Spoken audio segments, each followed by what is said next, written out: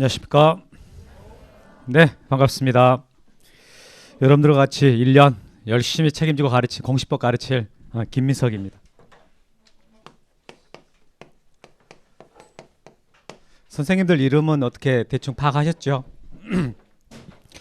저는 다른 회사에서 있다가 요번에 다른 회사 한 7년간 있다가요. 여러분들과 같이 이제 여기 스카웃돼서 와서 이제 새로 에듀에는 온 거예요. 그래서 기존의 에듀 선생님들 중에는 없었는데 새롭게 이제 오게 된 거죠. 그래서 가까운 데 있었습니다. 여기서. 자, 그리고 여러분들 오늘 수요일이니까 이거 이제 월화 이게 공부 어떻게 하는 게 좋겠다. 이런 거 좀 일부 전달 받은 건 있겠지만은 그래도 저도 여러분하고 같이 또 해야 되니까 제 나름대로 준비한 거 좀 얘기 좀 하도록 하겠습니다. 여러분 공인중개사 공부가 이게 다른 여러분들 그동안에 시험 공부했던 거랑 나름 특징이 있을 거 아니에요. 그래서 중개사 공부는 가장 큰 차이가 이게 평가 방식에서 이게 절대 평가 방식이라는 거죠. 그러니까 60점만 넘으면 다 합격시켜 준단 말이에요.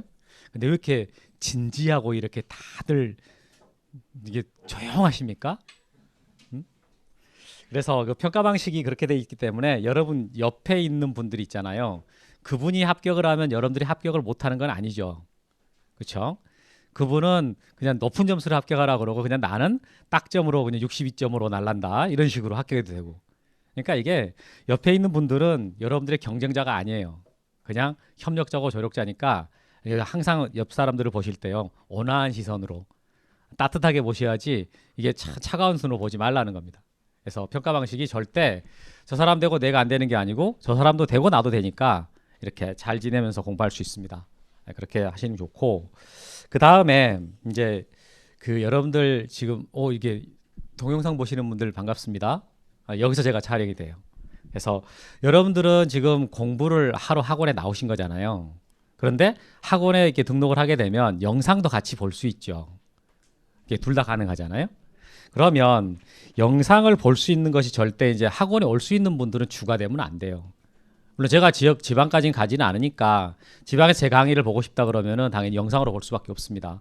근데 여러분들은 학원에 올 수 있는 분들이란 말이에요. 가급적이면 학원을 오는 게 좋아요. 그래서 여러분 학원의 기능이 있잖아요. 학원의 기능. 학원이 여러분들한테 해줄 수 있는 기능은 이게 시험 보기 위한 지식만 전달하는 기능이 아니고 여러분들의 생활 기준을 잡아줄 수 있어요. 여러분 만약에 오늘 이 시간에 여기 안 오셨으면은요 지금 뭐 하고 계시는 겁니까? 자고 있나요? 그렇죠. 근데 여기 오니까 이제 앉아서 공부하는 거 아니에요. 그럼 만약에 내가 안 오고 동영상을 켰어요. 그럼 제 강의가 올라갈 거란 말이에요. 그럼 제 강의를 볼 수 있을 텐데 그거 이렇게 책상에서 진지하게 볼 수 있겠습니까? 곤란하죠, 그죠? 그래서 가급적이면은 이게 동영상도 볼 수 있고 올 수도 있다. 둘 다 가능하다면 오는 게 좋다라는 거죠. 그래서 절대 동영상을 주로 하지 말고 동영상은 보조 수단이다라고 생각을 하시고 이제 어쩔 수 없어 하고 못 오게 됐을 때 이제 복습이 아니라 그거 뭐라 그러나요? 보강하는 그런 방식으로 그걸 이용을 해야지 그냥 가기 싫다 해서 그거 켜버리면 안 된다라는 겁니다. 그래서 가급적 꼭 학원으로 오시는 게 여러분 스케줄 잡아주고 하루 일정을 잡아주는데 꽤 도움이 되신다. 그렇게 하시고, 그 다음에 혹시 지금 동영상 보신 분도 계시니까 여러분들이 동영상을 이제 듣게 되잖아요. 그때 보통 이게 이제 제 목소리가 약간 톤이 약간 높으면서 약간 빠르잖아요. 느린 속도는 아닙니다. 그래서 제 속도를 만약에 1.5로 여러분들이 듣게 된다. 그럼 곤란해져요. 안 들린다고. 그래서 특히 공부 처음 하신 분들은 더더욱요. 절대 빠른 속도로 들으면 안 돼요. 그래서 아무리 빨라도 1.2를 넘어가지 않게. 그러니까 동영상 보신 분들은 반드시 유념하기 바랍니다. 1.2 아래로 들어야지 이게 선생님이 말하는 게 들리고 그리고 무슨 내용이 전달이 되는지를 머리에서 저장할 수가 있어요. 그러니까 1.5 이상으로 들어버리잖아요. 그러면은 그냥 듣는 것 같아도 머리에 남지를 않아요. 천천히 말을 하고 곱씹어도 고개만 돌리면 잊어버린단 말이에요. 고개를 안 돌려야 된다는 거지. 너무 진지합니다. 수업을 어떻게 하지 이래가지고. 그래서 가급적이면 이렇게 동영상 들을 때는 절대 빨리 듣지 말고 정속으로 듣거나 1.1을 듣는 게 좋다. 그렇게 하시고, 그 다음에 여러분 지금 책을 이미 받으셨단 말이에요. 그죠? 지금 어디 펴고 계세요? 어제 책 표신들을 봐보니까 조세총론 여기를 펴놓고 있더라고. 조세총론은 제가 가르치는 법이 아닙니다. 세법에서 나오는 거죠. 세법. 그럼 이제 그분은 어떻게 책을 당연히 보고 온 거예요? 그냥 오신 거예요? 그냥 오신 거지요? 그럼 여러분들은 책 보고 왔어요? 그냥 오셨습니까? 그냥 오셨죠? 여러분들 공부할 줄 아는 방법을 압니다. 공부하는 방법을 아시는 거예요. 어떻게 예습을 하시고 해야 됩니까? 그냥 오시면 돼요? 그냥 오시면 돼요. 편안한 마음으로. 책만 안 바뀌게 제대로 들고 오면은 그럼 제가 뭐 책 바뀔 것도 없지. 한 권에 다 있으니까. 그래서 여기서 이제 이렇게 수업을 하다가 필요한 거 줄 쳐주고 동그라미 쳐주고 이렇게 하면은 이게 금방 할 수 있는 내용을요. 만약 여러분들이 예습을 하고 오게 되잖아요. 그러면 한 시간 열심히 봐봐야 겨우 2페이지나 3페이지 넘어가고 그게 못 넘어가거든요. 그럼 무슨 말인지 잘 모르겠고. 그러니까 여러분 예습은 안 하는 게 좋습니다. 괜히 공부하다가 흥미만 떨어지고 이게 마음 안 좋아지니까 그냥 오세요. 그냥 오시면 수업 시간에 줄 쳐두고 동그라미 쳐주면 그거 위주로 하시면 돼요. 알겠죠? 그럼 시험장 갈 때까지 그 방식으로 하면 안 되고 이제 나중에 문제풀이 들어가잖아요. 문제풀이에 들어갈 때는 뭐 AXB 좋아요. 미리 보고 오는 게 많은 도움이 되지만은 지금 이제 기초 과정이 있지 않습니까? 처음 공부하시는 분들한테는 이게 ASB 해봐야 별로 도움도 안 되고 시간만 많이 버리게 됩니다. 그냥 앉아 계시고 만약에 공부 집에서 하고 싶어 죽겠어요. 그냥 나 노란 책 너무 펴보고 싶다. 그러면 복습을 하세요. 복습이야 뭐 괜찮지. 근데 예습하는 것은 별 지금 시점에서는 도움이 안 돼요. 자, 이런 것들. 그래서 나름 제가 여러분들에게 뭐 어떤 말을 해드릴까? 앞으로 1년 공부하는 데 도움이 될 만한 게 뭘까? 생각해서 말씀드린 겁니다. 어떻게? 제가 지금 몇 가지 말씀드린 거예요? 그래도 비슷했습니다. 제가 지금 4가지 말씀드린 거예요, 여러분들한테. 이게 우리 시험의 특징. 절대평가니까 옆 사람을 볼 때 따뜻한 눈으로 보시로. 이렇게 하나. 그 다음에 학원의 기능은 절대 여러분들한테 지식 전달만이 아니고 그 여러분들의 스케줄을 생활을 기준을 잡아준다. 꼭 가급적 학원을 나오시라. 이거 2번째 거고. 그 다음에 동영상 듣게 됐을 때는 절대 속도를 1.2 이상으로 듣지 말아라. 딱 1.2가 좋다. 이렇게. 그 다음 마지막에 예습은 안 해도 된다. 이 4가지 중에서 어떤 게 제일 마음에 들었어요? 마음에 와 닿았어. 4번째 거. 제일 금방 쉽게 할 수 있는 거잖아요. 오케이. 이렇게 하시고. 그 다음에 여러분 어제 나갔던 강의 계획서 월요일날 나갔던 거 있잖아요. 그거 좀 펴보시겠어요? 공시법 강의 계획서 있거든요. 오늘 안 가지고 다니시죠? 주로 이제 미리 나갔던 것들은 첫날이 개론이었습니까? 개론 시간에 뭐 강의 계획서라고 나간 거 있었잖아요. 거기에 6과목이 다 있어요. 거기에 그냥 제가 낭낭한 목소리로 편하게 말씀드릴 테니까 안 꺼내도 돼요. 그냥 있어 거기. 그러면 여러분들 우리 지금 1년 스케줄을 봐보시면은 1, 2월 지금 11월, 12월이 기초과정이라고 그러고 1, 2월이 기본 이론과정, 3, 4월이 심화과정이잖아요. 그리고 5월 달에 문제풀이 들어갑니다. 그러니까 이론과정이 3회밖에 안 돼. 11, 12, 1, 2, 3, 4 이렇게 3번밖에 안 돌아요. 그래서 원래 이 인문과정에서는 이렇게 내용 자체가 많이 전달이 안 되고요. 용어 위주로 설명하면서 찬찬히 하게 되는데 이론 과정이 3순환밖에 안 되니까 이게 인문 과정이긴 해도 기초 과정이긴 해도 조금 필요한 내용들은 전달할 겁니다. 물론 당연히 뭐 세부적인 깊게까지 들어갈 수는 없고 개념 위주로 전달하겠지만은 근데 계속 개념 위주로만 전달하면 재미가 없거든요. 그래서 우리 시험에서 나오는 그것들 이제 전달 자연스럽게 되도록 그렇게 전달할 겁니다. 그래서 이런 뭐가 시험에 나오고 뭐가 안 나오느냐 할 때 기출문제 보면 알아요. 지금 작년 같은 올해 시험이죠. 올해 시험 공시법 좀 쉬웠거든요. 그러면 시험이 쉽다라는 말의 기준이 뭐냐? 우리가 이제 대입하는 게 주로 기출문제를 기준으로 해가지고 조금 더 확장하게 되는데 기출문제 틀을 크게 벗어나지 않으면 그러면 문제는 쉬운 거예요. 학생들은 엄청 연습하거든요. 기출문제 하나 있으면은 그걸 가지고 주변까지 해서 그 응용되는 문제까지 정말 많이 반복해서 보게 됩니다. 여러분들이 그 기출문제를 따로 안 풀어도요. 수업 시간에 선생님들이 주로 기출문제 지문들을 계속 전달하고 내용을 전달해요. 그러니까 자연스럽게 그걸 알고 계십니다. 그러니까 그 범위 내에서 문제가 나오면 굉장히 쉽게 느껴지는 거예요.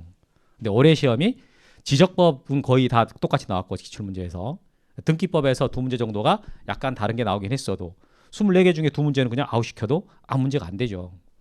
이게 60점 이상만 맞으면 합격하니까 그렇게 해서 근데 작년 같은 경우에는요 등기법이 진짜 어렵게 나왔었거든요. 그 진짜 어렵다라는 말의 의미는 뭐라고요? 기출문제를 많이 벗어났다는 뜻이에요. 이렇게. 그래서 지금 다른 과목도 마찬가지로 이게 쉽게 나왔다 그러면 그냥 기출문제 패턴대로 나왔다는 뜻이고 벗어난다 그러면 조금 어려워지는 건데요. 그러면 여러분들이 공부를 하실 때 이게 기출문제 있지 않습니까? 그걸 잘 알고 계시면 그러면 그냥 합격을 해요. 60점 넘었거든. 아무리 이렇게 나와도. 이게. 그래서 이제 그걸 기준으로 해서 전달이 자꾸 된다라는 거죠. 그럼 자연스럽게 파악이 됩니다. 그래서 그것은 뭐 1월부터 하는 게 아니라 입문과정부터요. 이미 전달이 됩니다.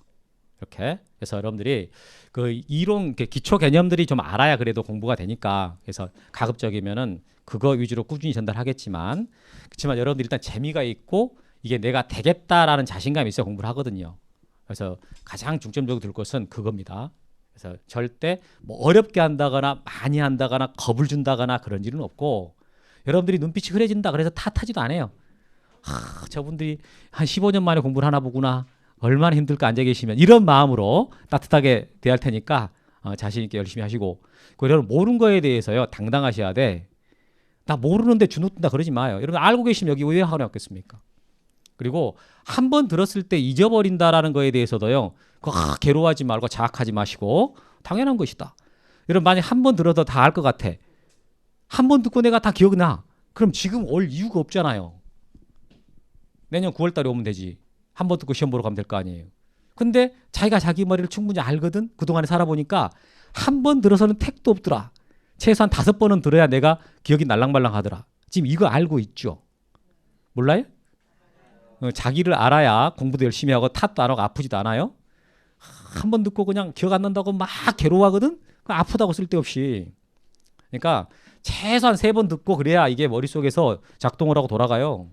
한 번 듣고 잊어버렸다고 탓하지 말고 야, 내 머리 옛날에 안 그랬는데 그러지 말고 다 똑같거든요. 합격은 끝이 아니라 시작이죠. 공인중개사는 인맥이 정말 중요하거든요. 진짜 인맥을 쌓고 싶다면 에듀윌에서 시작하세요.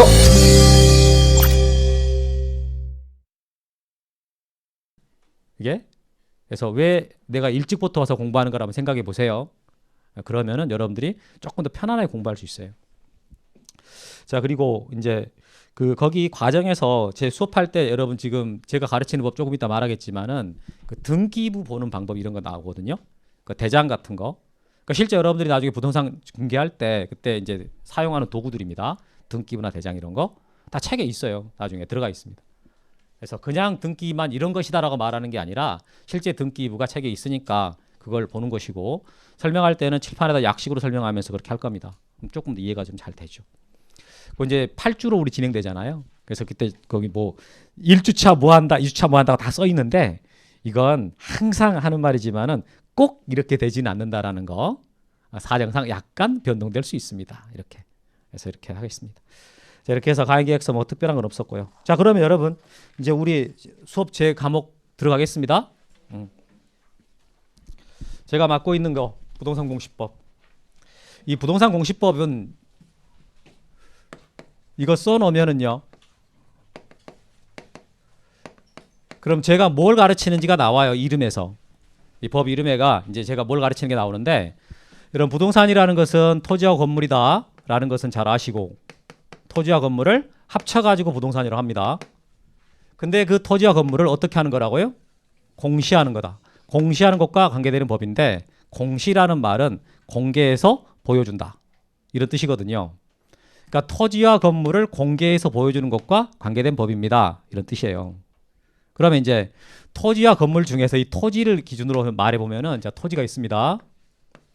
토지가 있는데 이 토지를 이렇게 공개해서 보여주는 방법에 크게 2가지가 있는데 하나가 여러분들이 잘 알고 있는 등기부. 등기부를 통해서 보여주는 게 있고 또 하나가요. 지적공부라는 게 있어요. 여러분 숨은 쉬고 계세요? 왜 숨소리도 안 들리지? 이렇게. 자, 이렇게 지적공부가 있단 말이에요. 그럼 여러분 등기부라는 말은 그동안에 많이 들어봤으니까 이게 이제 그냥 뭐 따로 설명 안 드려도 무슨 뜻이겠구나라고 생각이 들잖아요. 그럼 지적공부는 무슨 뜻이겠어요? 지적공부. 이것은 이런 용어가 나오면은 어차피 우리 법률 용어들은 전부 다 100% 한자니까 그대로 풀어서 말하면 되거든. 지적공부. 토지를 적어놓은 공적 장부예요. 토지 적어놓은 공적장부, 토지 기록한 공적장부를 지적공부라고 말하거든요. 그러면 이것은 어디서 가지고 있는 거냐면 서울 기준으로 했을 때 구청에서 가지고 있어요. 지방이다 그러면 지역이다 그러면 군청 있죠. 그러니까 의왕시나 하남시 같은 데는 시청에서 가지고 있고 구가 없으면 서울 기준으로 하면 구청에서 있는 것이고 이것은요 등기소에 있습니다. 등기소에서. 그러면 토지가 이렇게 한 필지가 있으면 이 토지를 지적공부에다가 구청에서 기록을 해서 이렇게 공개를 하는데 근데 여기다가요 기록한다라는 것을 등록한다라고 표현을 합니다. 뭐 한다 그런다고요? 등록. 크게 대답하니까 좋습니다. 자꾸 물어봐야 되겠네. 그러면 지적공부상에다가는 등록을 해서 공개를 하는 것이고 공시하는 것이고 그럼 이제 등기부상에다 마찬가지로 기록을 해서 이렇게 공시하거든요. 그럼 여기다가 기록한다라는 말은요. 그것은 등록한다는 말을 안 하고 여기서는 등기한다라고 표현을 해요. 그러니까 똑같은 기록한다라는 말을 하긴 하는데 이게 지적공부상에 기록할 때는 등록한다라고 표현을 하고 등기부상에다 공시 기록을 할 때는요. 등기한다 이런 말을 씁니다. 구분할 수 있겠어요? 그래서 이제 구청에서는 토지를 지적공부서에 등록해서 공시하게 되는 것이고 그럴 때 구청 직원이 지 마음대로 업무 처리하는 게 아니란 말이에요. 어떤 법의 근거에 따라 가지고 해야 될 거 아니겠습니까? 그때 근거로 삼는 법이 있단 말이죠. 그 법이 공간정보의 구축 및 관리 등에 관한 법률이라는 법입니다. 너무 길잖아요? 너무 길어서 줄여갖고 공간정보법 이렇게 공간정보법이라고 말할 겁니다. 그런데 여러분 여기서 그동안에 혹시 여러분들 중에 공부를 좀 해보셨다는 분이 있다면요. 이 공간정보법이라는 말 대신에 지적법이라고 말을 들었을 가능성이 있어요. 지적법 이렇게. 근데 이게 지금 같은 말로 쓰이는 건데요. 이 공간정보의 구축 및 관리 등에 관한 법률에는 양이 굉장히 많은데 그중에 우리 시험에 나오는 것은 지적 파트만 시험에 나오거든요. 줄여가지고 이 지적법 이렇게도 말할 수 있는 겁니다. 그 다음에 등기소에서 이제 등기관이요. 등기 공무원이 이 등기부상에다가 등기를 할 때 역시 마찬가지로 자기 마음대로 안 돼요. 자기 마음대로 하면 안 되고 어떤 법의 근거에 따라 해야 될 거 아니겠습니까? 그때 근거로 삼는 법. 그게 뭐라고요? 그게 부동산 등기법이에요. 부동산 등기법. 이렇게. 그러면 여러분 부동산 공시법이라는 법은 사실 없어요. 이게 부동산 공시 기능을 하고 있는 법이 있는 것이지 부동산 공시법은 없고 그 기능을 하는 법이 이렇게 두 개가 있는 거지.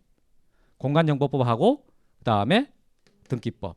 이렇게 두 개가 있는 거예요. 그래서 제가 가르치는 게 이 두 개 법이라고. 그러면 여기서 몇 문제가 나오고 몇 문제가 나오냐라고 했을 때 이게 12문제가 출제가 돼요. 그리고 역시 이것도 12문제가 출제가 됩니다. 그래서 합치면 24문제. 여러분 공시법은 40문제가 아니다라는 거 알고 계시죠? 지금 알았어요? 잘 오셨어 오늘. 이거라도 알고 그래도 공부를 해야지. 선생님 그럼 나는 그거 공시법은 그럼 공부를 조금 시간을 덜 할애해도 되겠네요. 40개도 아닌데? 맞아요. 덜 할애하는 겁니다. 그제 1차 과목 그 공부 민법 개론 있잖아요. 그거 중요하지 않습니까? 그래서 공시법보다는 시간 할애를 더 많이 해야지. 학교 다닐 때 영어 공부도 많이 했어요. 사회 공부도 많이 했어요. 수학 공부 많이 했습니까? 과학 공부 많이 했습니까? 그렇죠. 수학, 영어 더 많이 하잖아요. 그죠? 과학, 사회 좀 덜 했지 않습니까? 마찬가지죠. 우리 중개사 과목에서도 다 영어만 있는 건 아니야. 과학, 사회도 있어. 저는 과학이요. 그래서 이게 공부할 때 조금 덜 하는데 대신에 덜 해도 된다라는 말은 집에 가서 좀 공부를 덜 해야 된다 이런 뜻이지 학원에 안 나와도 된다? 이렇게 오해하시면 안 돼요. 학원은 오시는 거지. 그럼 이게 여러분 공간정보법은 이제 우리 해보면 알겠지만은 양이 별로 많지 않아요. 양이 많지 않아 가지고 근데 대신에 처음 딱 여러분 지적이라는 말이 무슨 뜻이에요? 지적. 훌륭하십니다. 뭐 내 지적질 당해봤다 뭐 지적해봤다 이런 말이 그게 많이 쓰이는 말이지 지적이라는 게 뭐지? 이렇게 생각하시는 분이 있을 수 있단 말이에요. 근데 여기 딱 들어가잖아요. 그럼 낯선 단어들이 되게 많이 나와요. 등기 쪽 들어가잖아요. 그럼 등기 보면은 우리가 일상에서 이제 거래를 해보니까 등기에 나오는 말들은 오히려 더 익숙한 말들이라고. 근데 지적 쪽에 배우다 보면은 되게 용어들이 낯선단 말이에요. 근데 그 단계만 딱 지나가잖아요. 그러면 지적법은요 시험에 나오는 게 정해져 있습니다. 양도 많지도 않고 나오는 것들이 딱딱 정해져 있고 그 범위를 벗어나질 않아요. 그래서 보통 학생들이 12개에서요. 보통 맞는 게 10개에서 11개 맞습니다. 공부 좀 하니 이거 맞아요. 지금처럼 여러분 지금 11월부터 와가지고 공부한다? 그거 충분히 맞아요. 이렇게 12개는 그럼 맞으면 안 됩니까? 되지. 되긴 하는데 문제를 낼 때 출제자들이 꼭 한 문제를 이상한 걸 낼 때가 있거든요. 막 이상한 걸 내는 때가 있어. 그럼 그런 것들은 무시하더라도 11개, 10개는 무난하게 맞아요. 이게 내용 자체가 많지가 않고 딱 틀이 정해져 있으니까. 근데 등기법 이거요. 등기법은 같은 12문제가 나오지만은 이거요. 공부하잖아요. 그럼 되게 재밌어요. 선생님, 와 정말 등기 재밌네요. 내가 해도 되겠는데요? 그럼 여러분들이 수업을 들으면서 등기를 본인이 하려는 마음이 있는 것들 같더라고. 그럼 잘 들어요. 그러다 좀 재미도 있고 선생님 등기 별로 재미없다는데 아니 저랑 같이 하면 재밌어. 제가 재밌게 가르쳐 드리거든. 근데 열심히 가르쳐 드리고 재밌게 배우긴 했는데 점수가 안 나와. 이게 내용이 이게 애운 대로 점수가 나오거든요. 딱 암기하면 그 상태로 그대로 문제를 내요. 근데 이것은 암기를 했잖아요. 근데 암기된 상태로 그대로 문제를 내는 것도 일부 있긴 한데 응용을 합니다. 응용을 하고 그 문장이 되게 압축돼요. 문장이 압축돼 가지고 여러분들 읽으면서 그 말이 그 말인지를 좀 헷갈린단 말이에요. 근데 제가 설명하면 그 말이었어요? 이렇게 되는데 혼자 읽으면서 해석이 잘 안 되는 경우들이 나와요. 그래서 조금 그런 면 때문에 얘가 조금 이게 점수가 덜 나오는 경향이 있긴 한데 근데 과정에서는 참 재밌다라는 거죠. 그럼 여러분 이걸 10개, 11개를 맞았단 말이에요. 그럼 이건 몇 개 정도만 맞아주면 합격할 수 있는 점수가 나오겠습니까? 이것은 8개? 18개면 여러분 우수한 점수가 됩니다. 그 75점 이상 나오는 거예요. 그럼 나중에 합격하실 때 몇 점만 맞으면 합격할 수 있는 거라고요? 60점. 그럼 여러분 몇 점으로 합격하고 싶으세요? 짜릿한 거 좋아하시나요? 여러분 60점 딱 맞춰놓고 한 달 기다릴 때 살 쫙 빠져요. 80점? 맞아서 뭐 하시려고. 그래서 여러분들이 이거 10개를 맞잖아요. 그럼 6개만 맞으면 합격해요. 그럼 60점이 넘는 거예요. 그러니까 여러분들이 이거 7개 맞으면 되거든요. 7개? 7개? 그럼 뭐 공부 안 하고 그냥 놀아도 맞는 거 아닌가요? 그건 아니에요. 공부 꾸준히 해주고 근데 막 열심히 안 한다. 아니 그렇게 막 나 이거 시간 엄청 투자했다 그렇게 하지 않더라도 여러분들 교실에 이렇게 앉아 계시면서 제가 강의한 거 강조한 거 그거 알아듣잖아요. 그죠? 그럼 맞아요. 충분히. 그래서 공시법에서 17개를 맞는다? 그럼 여러분들이 합격하는데 아무 지장이 없습니다. 알겠죠? 그래서 무난하게 할 수 있으니까 이거 선생님 나는 9개 맞고 싶은데요? 그럼 좋죠. 난 12개 맞고 싶은데요? 자제하세요. 그럴 필요 없어. 그럼 민법 몇 점 맞고 싶으세요? 민법 90점? 90점 맞아서 뭐 하시려고 그래? 네, 여러분 그거 뭐 명함에다가 나 90점 맞는 여자다 이렇게 쓰고 싶죠? 그러지 말고 나중에 이게 합격증 그 뭐죠? 이게 거기다 걸잖아.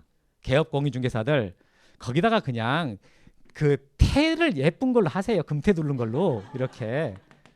그럼 이 사람 금태 둘렀네? 그럼 금메달을 달아놓던가.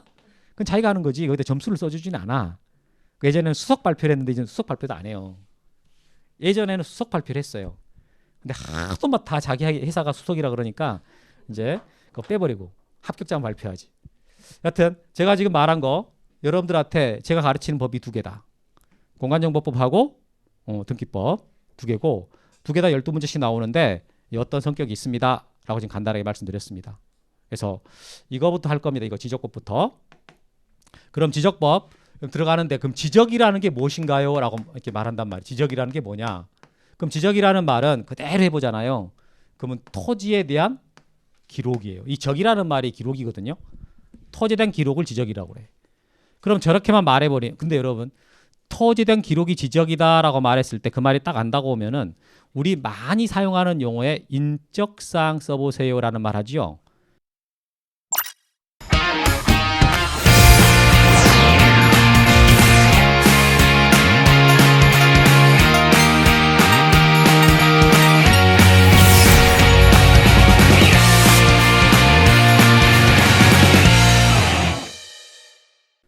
인적할 때 그거 똑같은 거야. 인적사항 할 때. 호적이라는 말 있잖아요. 지금 잘 안 써. 그거하고 똑같은 말이라고. 인적사항 쓰듯이 지적사항 쓴단 말이에요. 그럼 땅에 대한 기록사항을 쓰는 거지.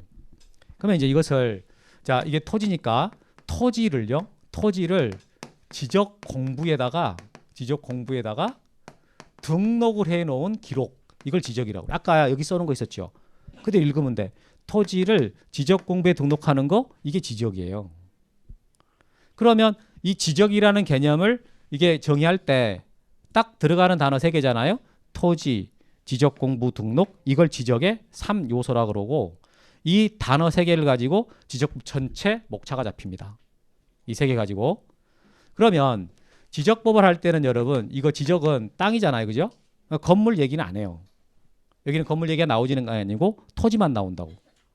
그러면 이 토지라고 할 때 어떤 게 대상이냐라고 했을 때 대한민국 안에 있는 땅이어야 되겠죠. 당연히. 그리고 바다에 잠기지 않아야 돼. 바닷물에 잠겨버리면 토지가 아니거든요. 그러니까 바닷물에 잠기지 않는 부분이 토지가 되는데 그럼 여러분 갯벌 있죠. 갯벌. 지금 말하는 거 여러분 시험에 안 나오는 겁니다. 그렇지만 알고 있으면 공부에 되게 도움이 돼요. 여러분 갯벌은 토지에 들어가겠어요? 토지에 안 들어갈까요? 들어가지 않죠. 그죠? 왜요? 바다에 잠기니까. 근데 이게 갯벌은 바다에 잠기게 돼 있다가 또는 드러나기도 할 때 하지 않습니까? 그죠? 그럼 물이 들어왔을 때를 기준으로 판단하겠어요? 빠졌을 때 기준으로 하겠어요? 가장 많이 찼을 때. 최대 만조이라 그러는데 여러분 물 꽉 찼다라는 것을 만조때 이런 말 하는 거죠. 최대 만조때 기준으로 해가지고 바다에 잠기면 그러면 토지가 아니에요. 이렇게. 이거에 대해서 조금 이따 더 자세히 말씀드릴게요. 그 다음에 여러분 토지를 그러면 등록을 할 때 대한민국 통째로 등록을 못 할 테니까 등록하기 위해서 하나씩 나눠야 되잖아요. 그 하나씩 나눠진 땅들을 보고요. 필지라는 개념을 사용합니다. 여러분 필지라는 말 많이 사용하죠. 그죠? 이 필지라는 것이 뭡니까? 단위야 단위. 토지를 등록할 때 사용하는 단위라고. 이게 필지가 뭐라고요? 단위. 조금 이따가 더 자세히 말하겠는데 여러분 킬로그램이 뭔가요? 단위죠. 그죠?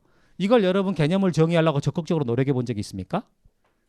살아오면서 이게 1kg다 그러면 그쯤 되나 보다라고 생각을 하지 이렇게 생각하지 않아. 이거 막 킬로그램이 무슨 뜻입니다 라고 정의는 안 하잖아요. 마찬가지로 필지가 뭡니까 라고 했을 때 그냥 뭐라고 생각하면 된다고요? 단위다. 이러시면 돼. 그 다음에 이제 지적 공부가 그럼 아까 무슨 뜻인지는 말해드렸잖아요. 그죠? 이게 뭡니까 라고 했을 때 토지를 적어놓은 공적 장부다. 이렇게. 그럼 이거 종류에는 뭐가 있습니까 라고 했을 때 지적 공부 종류는 크게 나눠보면은요. 대장이 있고 도면이 있어요. 이렇게. 여러분 토지 대장 이런 말 들어본 적 있나요? 그런 게 여기에 들어가는 거예요. 여기 들어가는 것이고 그 다음 이제 등록한다라고 할 때 이거 등록한다라고 하는 거 여러분 기록한다 뜻이잖아요. 지적 공부에 기록하는 게 등록인데 누가 하겠나 등록을 누가 하겠나 할 때 여러분 대한민국 모든 토지들은 다 등록이 돼 있어야 됩니다. 모든 대한민국에 있는 땅들은 다 등록이 돼 있어야 되는데 그럼 누가 저거 등록할 거냐 할 때 누가 등록하겠어요? 여러분 생각에? 국가가 해요. 국가가. 근데 국가가 자체가 못하니까 국가를 대표하는 자가 할 거 아니에요. 그게 장관인 거예요. 그럼 여러분 그 지적법 시간에 장관 그러면은 당연히 나오는 게 국토교통부 장관이에요. 그 이제 공법이 몇 요일이든가요? 금요일. 그럼 여러분 공법 시간에 장관은 절대 선생님이 장관이라고 말하지 않을 겁니다. 장관 여러 명이 나오거든요. 국토교통부 장관, 뭐 환경부 장관, 해양수산부 장관, 뭐 행자부 장관 이렇게 여러 가지 나와요. 근데 지적법 시간에는 장관은 공시법 시간의 장관은 유일합니다. 하나가 더 있긴 한데 거의 무시해도 돼. 그냥 수업 시간에 장관 그러면 당연히 국토부 장관이에요. 그래서 이것은 장관이 등록하게 되고 그런데 이제 여러분들이 만약에 땅을 이제 한 필지 소유하고 있어요. 근데 땅을 소유하는 사람으로서 이번에 내 땅을 분할하고 싶은 거야. 그럼 땅 분할해 주세요라고 어떻게 신청을 해야 분할이 될 텐데 근데 그걸 그럼 장관한테 가가지고 저 땅 분할하러 왔는데요. 그럼 장관이 해줄 것 같습니까? 안 해주겠죠. 우리가 바빠서 그거 못 해드리니까 어디로 가라 이렇게 말해요. 구청에 가보세요. 구청에 가보세요. 근데 그럼 지방에 있는 분이다? 그럼 어디로 가라 그래요? 군청 가는 거고 하남시다 그러면은 하남시청 가보세요. 이렇게 말한다고요. 그래서 이게 이제 구체적인 어떤 분할할 일이 있다거나 지목 바뀔 일이 있다거나 이런 거 있잖아요. 그럴 때는 시장이나 군수나 구청장한테 가면은 그러면 업무 처리해 준단 말이에요. 이거 시장, 군수, 구청장 나올 때마다 다 말하면 불편하잖아요. 그래서 시장, 군수, 구청장을 다 포함해 가지고 쓰는 그런 용어가 있어. 그걸 시군구라고 하지 않습니다. 지적소관청이라는 말을 사용해요. 지적소관청 이런 말을 쓰는 거예요. 그래서 이 지적소관청이라는 말이 이제 앞으로 계속 나올 텐데 이것은 나오면 뭐라고 생각하면 된다고요?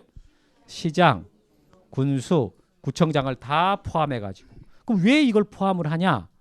이게 땅이 어디에 있느냐에 따라 가지고 달라지기 때문에 그래요. 여기가 지금 서울인지는 알아요, 나도. 내가 지금 서울 산 지가 몇 년대부터인데 여기가 지금 무슨 구예요? 아, 종로구. 무슨 동입니까? 창신동. 아, 동대문 이쪽으로 나와 있는데도 종로구예요? 동대문구 아닌가요, 여기? 아, 그래서 종로 애들이라 그러는군요. 내가 종로 애들이라 그러니까 같이 있었던 이제 전 회사 사람들이 야, 거긴 종로 아니야. 동대문 밖에 있잖아. 그러길래 난 동대문인 줄 알았네. 창신동. 그러면 여기 창신동에 있는 땅을 만약에 갖고 있는데 분할하고 싶단 말이에요. 그럼 어디 가야 되는 거예요? 종로구청 가야 되는 겁니다. 그럼 구청장이 업무 처리해 주는 거예요. 근데 하남시 미사동에 땅을 갖고 있는 사람이 있단 말이죠. 그 땅 지목 변경하고 싶어요. 그건 하남시청 가야 됩니다. 철원군의 땅을 갖고 있는 사람이 합병을 하고 싶어요. 그럼 철원군청을 가야 돼요. 그러니까 토지가 어디에 위치하냐에 따라 가지고 업무 처리 주체가 시장이 될 수도 있고 군수가 될 수가 있고 구청장이 될 수 있으니까 이게 다포가라는 말이 필요했습니다. 그래서 만들어진 개념, 그게 뭐라고요? 지적소관청. 이해되죠? 그 다음에 이제 등록 주체고요. 그러면 등록할 사항이 뭐냐? 뭘 등록하냐 도대체? 여기다가 등록할 때.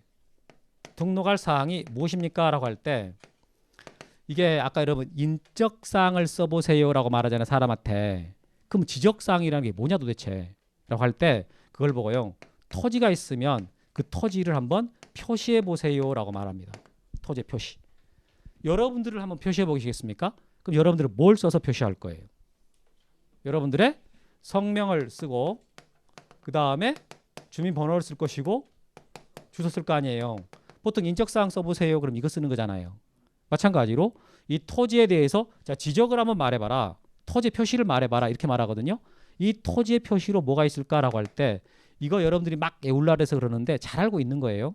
이게 뭐냐면 우리 맨날 사용하는 거죠. 소재, 지번 많이 들어본 거 아니에요?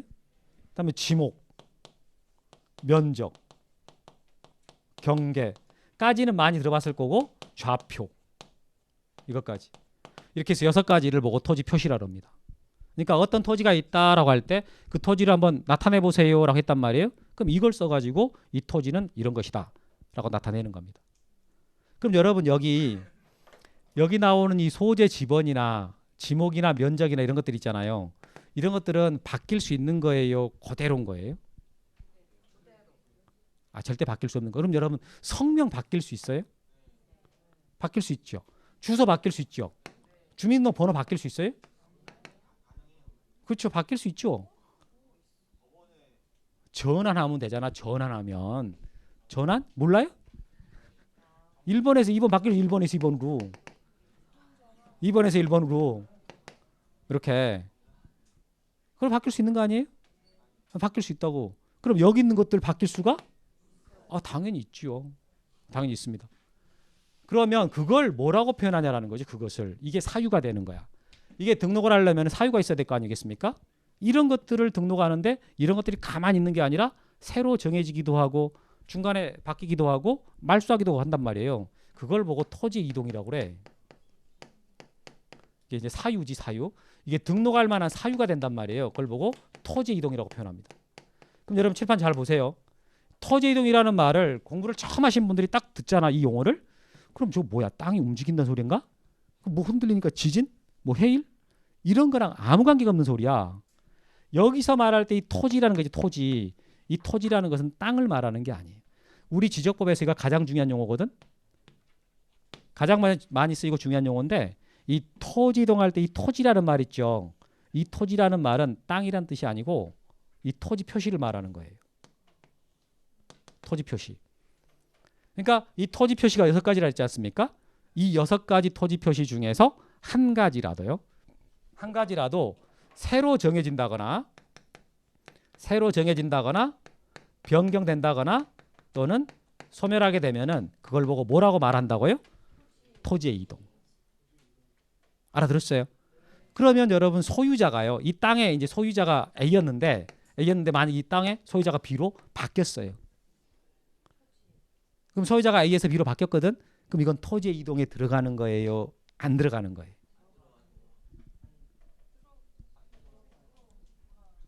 자, 여러분 토지에 이동할 때 이 토지라는 말이 뜻이 뭐라고요? 토지의 표시라 그랬지. 토지의 표시는 6가지라 그랬잖아요. 그죠? 이 토지의 표시가 새로 정해지거나 변경되거나 소멸되게 되면 말소되게 되면 그걸 토지동이라 그런다니까요. 근데 소유권자가 이 땅의 소유권자가 지금 A에서 B로 바뀌게 됐다고. 그럼 이것은 토지동에 속하냐 이런 뜻이라고. 속한다 안 속한다? 포함이 안 되겠지요. 왜 포함이 안 돼? 소유자가 지금 바뀐 건데 소유자는 이 토지 표시 6가지 안에 안 들어가 있잖아요. 그러니까 소유자 바뀌는 것은 토지 이동이 아닌 거지. 그럼 여러분 이 2개 단어에서 토지하고 이동 중에서 어떤 단어가 더 중요한 단어이겠어요? 별표 쳐놨잖아. 동그라미 쳐가지고 여기다가. 이게 핵심이 돼. 이동이라는 말도 물론 중요한 말이긴 한데 진짜 중요한 말은 이 표현이에요. 이익에서 말한 토지라는 게 뭘 말한다고요? 토지의 표시. 이렇게. 그러면 자 이렇게 한번 해보겠습니다.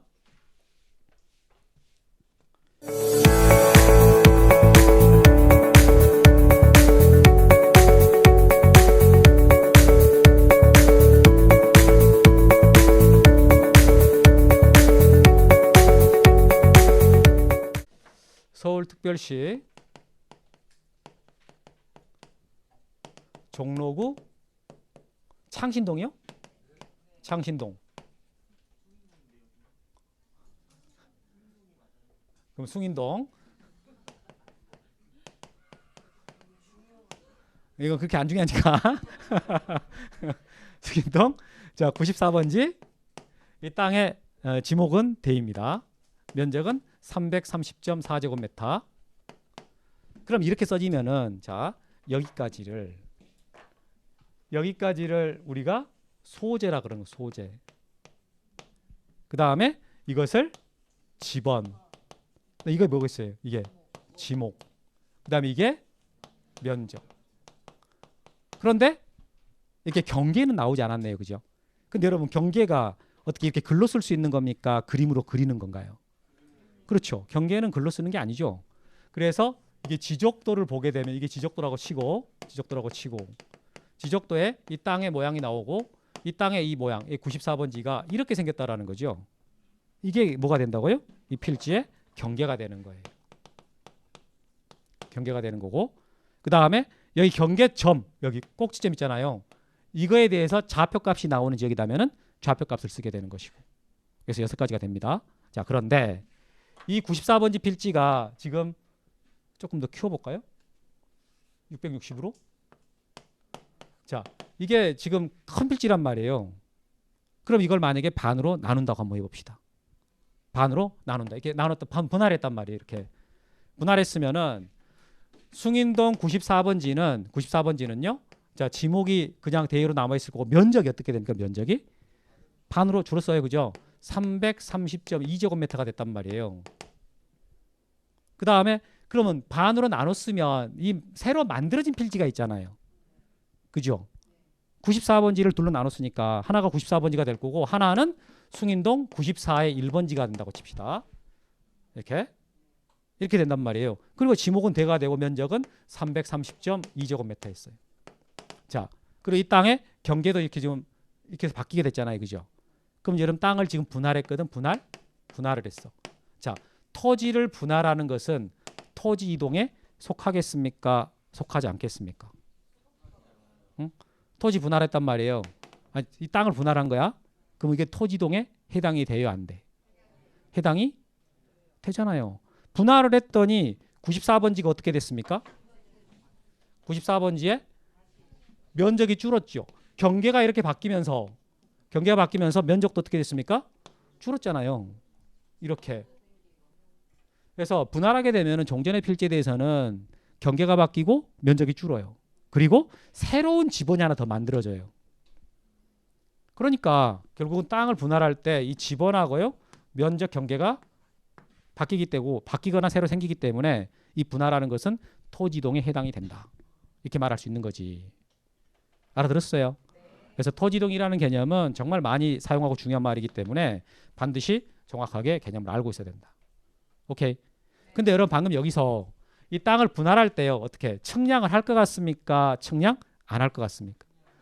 그냥 줄자 가지고 이렇게 잘라주세요. 이렇게 하면 안 되는 겁니다. 그죠? 그래서 분할할 때는 꼭 지적 측량을 하게 돼 있는데요. 이게 분할이 아니고 다른 거라도 측량해야 되는 것들이 있거든요. 그래서 이런 것들을 이제 배우게 됩니다. 제가 여러분 칠판에 써놓은 이 내용 있잖아요. 우리 지적법 전체 양입니다. 전체야 이게. 그러면 여러분 오늘 나간 프린트 있잖아요. 오늘 나간 프린트 한 장짜리. 그것도 못 받았어요? 학원에 딱 들어오면은 여러분들이 저보다 학원을 더 많이 왔다니까? 나 이제 학원 2번 온 거예요. 여러분들 3번째 온 거 아니에요? 그럼 나보다 하루 더 많네. 딱 들어오자마자 이게 딱 보니까 입구에 있던데? 학습 자료 이렇게? 뭐 중요한 건 아니니까 지금 이게 써놓은 거예요. 이게 써놓은 건데 여기 있죠. 여기 이게 지적법 제 1장이에요. 1장. 요게 이 토지라고 써놓은 거 이게 1장이고 그 다음에 여기 주체하고 등록할 사항 써진 이 부분 이게 지적법 제 2장. 제 2장이고 그 다음에 지적 공부 나오는 이 파트 있잖아요. 이게 지적법 제 3장. 3장. 그리고 여기 토지이동 파트 여기 이게 지적법 제 4장. 그 다음에 측량 이게 지적법 제 5장. 이렇게 해서 지적법은 5개 장으로 구성됩니다. 그런데 제일 앞에 나오는 이 부분 있잖아요. 이 부분 이거 이 1장 이게 우리 시험 범위에 빠져요. 안 나온다고. 그러니까 이 공간정보법이 되게 웃긴 게 지적법은 토지를 배우는 법이잖아요. 근데 토지가 시험 범위에 안 들어와요. 이게 그게 왜 그렇게 됐냐면은 원래 지적법, 수로조사법, 측량법 이 3개가 따로따로 법이었었는데 그걸 한 법으로 통합시켰어요.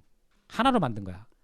그러면서 원래 지적법만 우리 시험 범위였기 때문에 통합된 다음에도 지적법만 시험 범위에 들어올 거 아니에요. 그런데 이게 이 지적 파트가 2장 3절이거든요. 2장 3절, 2장 4절, 그리고 3장이란 말이에요. 거기가 우리 시험 범위인데 1장 파트 있죠. 지적 그 공간정보법 1장 파트. 거기에 이런 개념들이 나오게 돼요. 제일 앞에 우리 진짜 이 법의 맨 앞부분이. 근데 그 부분이 시험에서 빠져 있다 보니까 이게 예전에는 문제를 냈었는데 이 법이 통합된 이후부터는 문제가 안 나와요. 양이 준 거야. 이게 통합이 된 이후로 우리 시험 범위가 줄었어요. 꽤. 그렇지 않아도 양도 많지 않았는데. 여하튼 요건 빠진 거고요. 그 다음에 이제 나머지가 시험에 나오는데 이게 2장 파트 쪽 이게 한 4문제가 보통 나오거든요.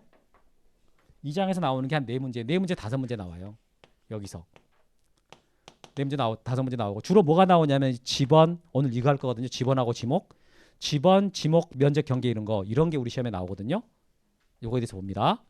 여기서 4문제가 나오고 그 다음에 여기서 2문제가 나오죠. 2문제가. 그리고 여기 토지동 파트에서 4문제가 나오고 그 다음에 측량 파트에서 2문제가 나오고 이렇게 사이사이 이렇게 나오거든요.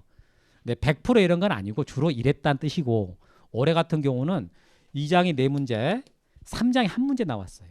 처음 1문제 나왔어요. 보통 이 3장은 2문제나 3문제가 많이 나왔거든요. 근데 올해 처음으로 1문제가 나왔고 그 다음에 여기 4장에서 5문제가 나왔어요. 이게 여기 좀 더 나온 거지. 이건 2문제 주로 나오고 그러니까 2장하고 5장은 거의 4문제 2문제가 일정한데 이제 2장, 3장하고 4장에서 약간 좀 더 나왔다 덜 나왔다 그렇게 합니다. 그래서 이런 내용들을 여러분들이 배우게 된다. 알겠어요? 어떻게 양이 좀 많아 보이세요? 별것도 아닌 것 같으세요? 그치 얼마 안 되지. 그냥 이거 하나밖에 안 돼. 이거 하나. 물론 늘리는 재주가 있어가지고 확 늘릴 수 있지. 자, 제가 여러분 지금 아까 이거 말해드렸던 거 이거 말해드렸던 것은 제 책 342페이지가 있고요. 342페이지. 그리고 지금 이거 부분 설명한 부분 있잖아. 이거 오늘 프린트를 한 장으로 나갔어요. 그거 보시면 되고 그게 지적본 전체 개관입니다. 그 다음에 자 이제 페이지를 넘겨보시면 344페이지 여기 조금만 더 설명하고 쉬겠습니다. 그 지적제도 총칙 그래가지고요. 이제 제가 지금 사실 설명 다 한 건데 그 지적의 의 같은 거 거기 좀 읽어봐요. 지적의 의 좀 빨리 읽어보세요. 읽어볼 때는 낭독 안 해도 됩니다. 쭉 한번 읽어보세요.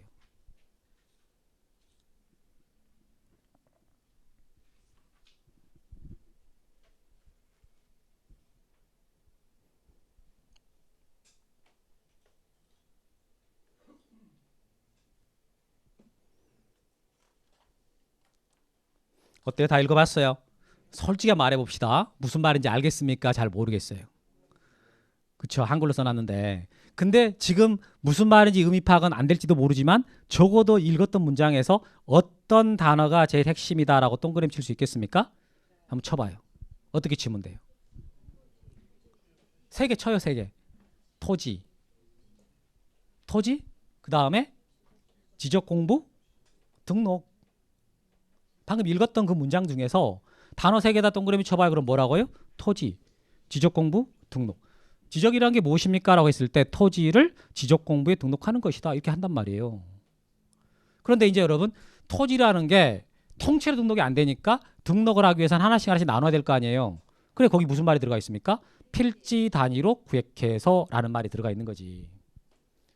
그럼 그 필지에 대해서 뭘 쓰겠냐? 아까 여기서 말했잖아요. 토지 표시 쓴다. 그 소유자도 쓸 수 있고 이런 것들을 지적공부상에다가 등록하는 기록이다 이렇게 말 나온 거지. 그래서 그 말을 통째로 외우려고 하지 말고 지적이라는 게 무엇입니까? 라고 말했을 때 여러분들은 아까 세 가지 써놓은 거 있잖아요. 그것만 그냥 이어서 읽으면 돼. 토지를 지적공부에 등록하는 것이다. 그걸 뭘 알한다고 지적의 세 가지 요소라고 합니다. 오늘 집에 가시다가 꼭 잊어먹지 말고 외우고 가세요. 두 가지. 하나는 이거고 지적이라는 개념이고 또 하나는 제 이름 기억나요? 뭐예요? 오케이. 선생님 이름도 모르는 공부 안 돼. 그 있잖아. 화요일날 오는 사람 수요일날 오는 사람 이러지 말고 그 공시선생 이렇게 하지 말고 야 사진하고 다르더라. 야 사진 봤더니 막 나 35살인 줄 알았다. 나도 그랬어 진짜로. 너무 그냥 젊게 나와가지고 깜짝 놀랐어요. 어? 그렇게 보입니까? 성공하실 거예요. 깜짝 놀랐다니까. 하여튼 뭐 사기다 그러지 말고 하여튼 이름 좀 기억하시고 이름 기억하는 게 좋습니다. 그 다음에 그러니까 토지 말한 것처럼 아까 여러분 토지 딱 하나만 기억하시면 돼. 어떤 게 대상이냐라고 할 때 바다에 잠기지 않는 부분이다. 기억할 수 있겠죠, 그죠? 그럼 됐고 용어의 정의 쪽에서 지금 다 설명해 드린 건데요. 자, 여러분 지금 우리 지적법에서 가장 많이 사용되고 있는 용어 4개를 제가 이미 다 설명을 했어요. 아까 이거 말하면 자연스럽게 설명했거든. 가장 많이 쓰이는 단어가 필지. 필지가 아까 뭐라 그랬나요? 단위. 등록 단위다. 그 다음에 지적소관청. 이게 뜻이 뭐라고요? 시장, 군수, 구청장을 말합니다. 그 다음에 토지 표시. 몇 가지가 있다고요? 6가지. 소재, 지번, 지목, 면적, 경계좌표. 그런데 이 토지 표시 6가지는 가만히 있는 게 아니라 새로 정해지기도 하고 변경되기도 하고 말소되기도 하거든요. 자, 그런 의미를 갖고 있는 용어 그걸 뭐라 한다고요? 토지의 이동. 지금 말한 이 4가지가 우리 지적법에서 가장 많이 쓰이는 것이고 이 4가지 용어가 하나도 안 나오는 페이지는 없어요. 100% 나온다고 100%. 그러니까 이 4개 용어는 반드시 정확하게 알고 있어야 됩니다. 알겠어요? 그럼 이 용어를 우리 시험에서 자 용어 다음 중 공간정보법상 용어의 정의에 관한 설명으로 틀린 거 골라봐라. 이렇게 문제가 나오겠습니까? 안 나옵니다. 이게 원래 되게 잘 나왔던 파트인데 아까 말한 것처럼 법이 통합되면서요. 이 용어의 정의는 공간정보법 제2조에가 있어요. 근데 2조는 시험범에서 빠졌단 말이에요. 그러니까 이걸 시험에서 용어의 정의가 맞냐 틀리냐를 내지는 않아. 그렇지만 앞으로 우리가 공부하는 데 있어가지고 이 용어를 제대로 모르고 있잖아요. 그럼 의미 파악이 안 되고 오해가 생긴다라는 거지. 정확하게 알고 있어야 된다는 거. 오케이. 그럼 여기까지 하고 여러분들이 지금 쉬고 싶어하는 눈빛이 막 보내고 있어. 어제 몇 시에 끝났어요? 2시? 1시 40분? 그럼 월요일 날은요? 2시? 어우, 고생들 하셨네. 오자마자 빡시게 하셨네. 오늘 저는 1시 15분에 맞춰드릴게요. 어제 제가 1시 15분에 맞춰드렸더니 어떤 학생이 선생님 2시까지 하는 거 아니에요? 이렇게 빨리 끝내세요 그러더라고. 깜짝 놀랐는데. 그럼 뭐 좀 대부분 1시 반까지 하든가. 그런 거 제가 진도 알아서 하겠습니다. 네, 쉬었다 할게요. 그런데 말입니다. 에듀윌에선 이 모든 혜택의 유료 회원 수강료를 돌려받을 수도 있다는 사실 알고 계셨습니까? 진짜 10만 원을 주더라고요. 한 달에 100만 원 버는 친구도 봤어요. 이게 진짜 대박이라니까요. 네. 친구 추천을 하시고 친구가 유료 회원가입을 하게 된다면 10만 원을 입금해드리고 있습니다. 친구만 추천해도 10만 원을 입금해주는 에듀윌 친구 추천 이벤트. 참으로 놀라운데요. 그리고 이 모든 혜택들을 많은 수강생들이 동행해 주길 진심으로 부탁드립니다.